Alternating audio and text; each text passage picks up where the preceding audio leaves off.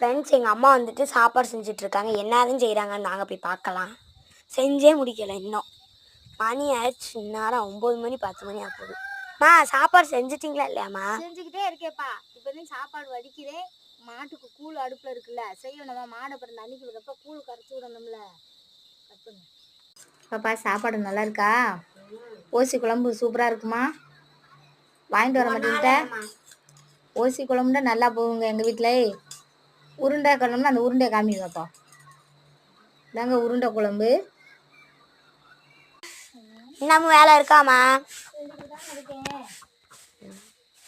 ஓ, சாப்பிடலையாம்மா?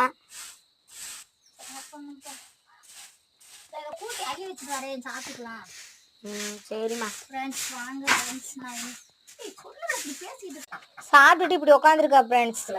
இந்த வீடியோ பிடிச்சிருந்துச்சுன்னா லைக் பண்ணுங்க, ஷேர் பண்ணுங்க, கமெண்ட்